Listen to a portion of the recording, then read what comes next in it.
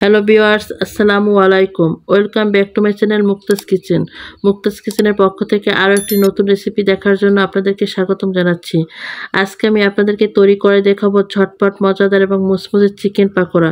বিকালে কিংবা সন্ধ্যায় নাস্তা বা মেহমান আপ্যায়নে এটা তৈরি করে পরিবেশন করতে পারবেন। এছাড়া এটা বাচ্চাদেরও তৈরি করে দিতে পারবেন। মজার এই চিকেন পাকোড়াটা বাচ্চারা খুবই আনন্দ করে খাবে। আর এই চিকেন পাকোড়াটা খুবই সহজে তৈরি করে নিতে পারবেন কোনো ঝামেলা ছাড়াই। তো আশা করছি বন্ধুরা আমার আজকের এই রেসিপিটা আপনাদের কাছে ভালো লাগবে। রেসিপি ভালো লাগলে অবশ্যই একটি লাইক দিয়ে সম্পূর্ণ ভিডিওটি দেখে নেবেন। তাহলে চলুন কিভাবে তৈরি করে নিতে হয় এই মজার চিকেন পাকোড়াটা সেটা আমরা দেখে নিই। আজকে আমি চিকেন পাকোড়াটা তৈরি করার জন্য আমি এখানে হাড় ছাড়া মাংস নিয়েছি 400 গ্রামের মতো। তবে আপনারা যে যতটুকু পাকোড়াটা তৈরি করবেন সেই পরিমাণ বুঝে চিকেনটা নিয়ে নেবেন। আর চিকেনগুলোকে আমি ছোট ছোট টুকরো করে কিউব আকারে কেটে নিয়েছি। আর এই চিকেনগুলোকে আমি আগে ধুয়ে পরিষ্কার করে নিয়েছি। এবারে চিকেনগুলোকে আমি ম্যারিনেশন করে নিব। সেই জন্য প্রথমে এর ভিতরে দিয়ে দিচ্ছি আমি একটা ডিম। এরপর এর ভিতরে দিয়ে দিচ্ছি আমি হাফ চামচ আদা বাটা।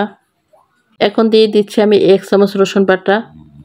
এবার দিয়ে দিচ্ছি স্বাদ মতো লবণ। লবণটা আমি একবারই দিয়ে দিচ্ছি। তাছাড়া লবণটা একটু বুঝে দিতে হবে, কারণ এখানে আমি সয়া সস ব্যবহার করব। আর সয়া সসে লবণ থাকে।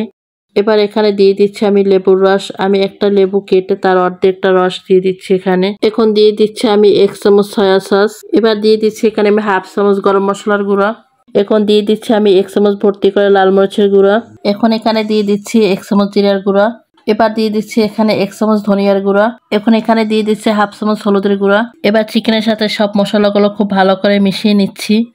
তো মশলাগুলোর সাথে কিন্তু চিকেনগুলো খুব ভালো করে মিশিয়ে নিতে হবে। যদি আপনাদের হাতে সময় থাকে তাহলে ম্যারিনেট করা চিকেনগুলো 20 মিনিট বা 30 মিনিটের জন্য রেস্টে রেখে দিতে পারেন। তাহলে কিন্তু এই চিকেন পাকোড়াগুলো খেতে আরো বেশি ভালো লাগবে। আমি এই চিকেনগুলোকে খুব ভালো করে মশলা মেখে 20 মিনিটের জন্য রেস্টে রেখে দিব।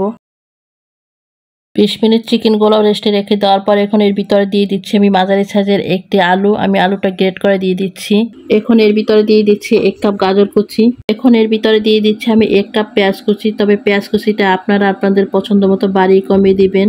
এখন এখানে দিয়ে দিচ্ছি আমি 1 কাপ ধনিয়া পাতা কুচি। আর এই ধনিয়াটা যেটাকে আমরা গাছ ধনিয়া বা বিলাতি ধনিয়া বলি সেটা এখানে দিয়ে দিচ্ছি।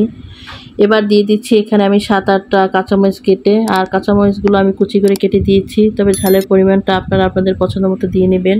এখন এখানে দিয়ে দিচ্ছি আমি হাফ কাপ বেসন। চিকেন পাকোড়াগুলো আরও ক্রিস্পি করার জন্য দিয়ে দেব চালের গুঁড়া। চালের গুঁড়ার পরিবর্তে আপনারা এখানে কর্নফ্লাওয়ারটাও দিতে পারবেন। এবার এগুলোকে আমি একসঙ্গে খুব ভালো করে মিশিয়ে নিচ্ছি। এখানে আমি গাজর আর আলুটা দিয়েছি। তবে আপনারা আপনাদের পছন্দ মতো আরও যে কোনো সবজি দিতে পারেন। আর তাছাড়া যদি আলু গাজর বা যে কোনো সবজি না দিতে চান তাহলে না দিলেও হবে, শুধু এই চিকেনটা দিয়ে পাকোড়াগুলো বানিয়ে নিতে পারেন। তো এগুলোর ভিতরে আমি কোনো প্রকার পানি মিশাবো না। এখানে যে আলু গাজর বা পেঁয়াজ দিয়েছি তা থেকে যথেষ্ট পরিমাণ পানি বের হবে। তবে আপনাদের ক্ষেত্রে যদি মনে হয় এগুলো একটু ড্রাই তাহলে 2-3 চামচ পানি দিবেন। আমি কোনো প্রকার পানি ব্যবহার করিনি, তাতেই মিশ্রণটা সুন্দরভাবে হয়ে গেছে। আর এই মিশ্রণটা একটু ড্রাই হবে, তাহলে কিন্তু পাকোড়াগুলো মুসমুসে আর খেতে ভালো হবে। চিকেন পাকোড়ার জন্য মিশ্রণটা তৈরি হয়ে গেছে। এবার এই মিশ্রণটা থেকে আমি ছোট ছোট বলের মতো তৈরি করে নিব। এরপর গরম তেলে আমি একে একে ছেড়ে দিব। আর এখানে আমি আগে থেকে তেলটা গরম করে নিয়েছি।